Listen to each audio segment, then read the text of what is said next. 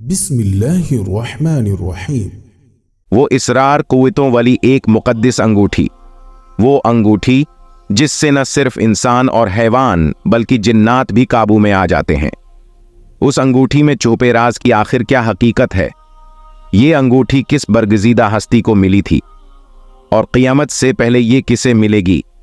اللہ کے پیغمبر حضرت سلیمان علیہ السلام کو عظیم و منزلت سے نوازا گیا تھا۔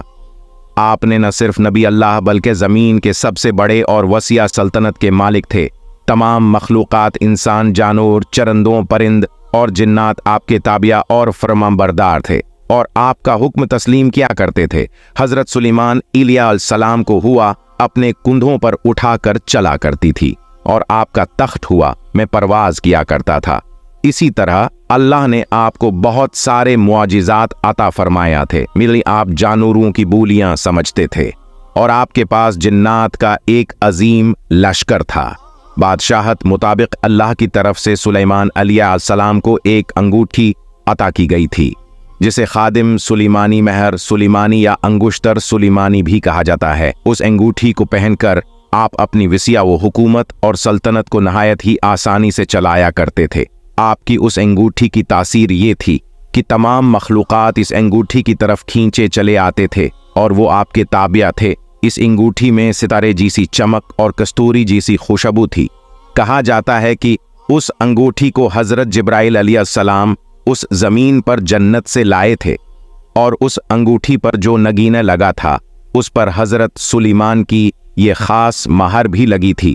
اس نقشے میں 8 گوشے تھے جس میں یعقوب جڑا تھا، جبکہ بعض مورخین نے لکھا کہ اس نگینے پر لا الہ الا اللہ محمد الرسول اللہ لکھا تھا اور اس کلمے کی ہر کس مرکز سے ہی تمام جن و انس حضرت سلیمان علیہ کے تابع و فرمانبردار تھے۔ آپ اپنی حکومت کے تمام معاملات اسی انگوٹھی کے ذریعے چلایا کرتے تھے۔ جب کبھی بھی وہ انگوٹھی آپ کے ہاتھوں میں نہ ہوتی تو آپ کو سکون محسوس نہ ہوتا تھا۔ روایت ہے کہ سلیمان علیہ السلام جب بیت الخلا جاتے تو اسی انگوٹھی کو اتار دیا کرتے تھے۔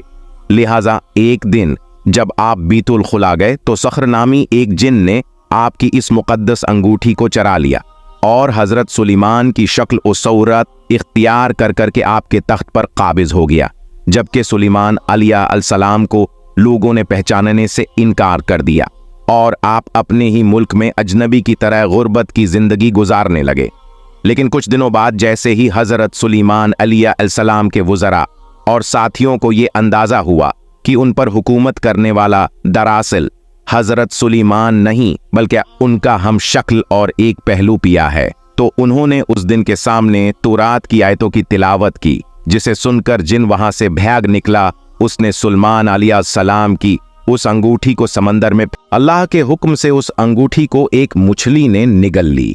ایک دن حضرت سلیمان علیہ السلام اس سمندر کے کنارے مچھلیاں پکڑ رہے تھے تو وہی مچھلی آپ کے جال میں پھنسی اور جیسے ہی سلیمان علیہ السلام نے اس مچھلی کا پیٹ چاک کیا تو وہ فوراً اس انگوٹھی کو پایا، لہذا آپ نے اس انگوٹھی کو اپنی انگلی میں ڈال لی اور اس طرح سلیمان علیہ السلام کو دوبارہ حکومت اور بادشاہت واپس مل گئی۔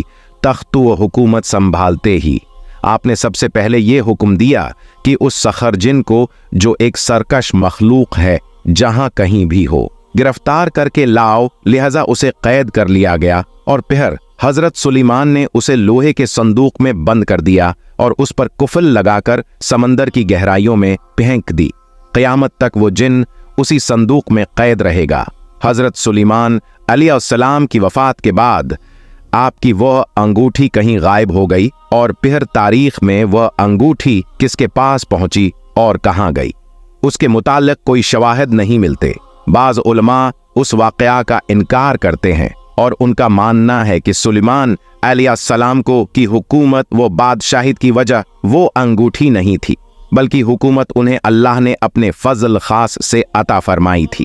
یہی وجہ ہے کہ امام ابن کثیر اور بیشتر علماء کرام نے اس واقعے کو من گھڑت قرار دیا ہے اور اسرائیلیوں کا حصہ بتایا ہے۔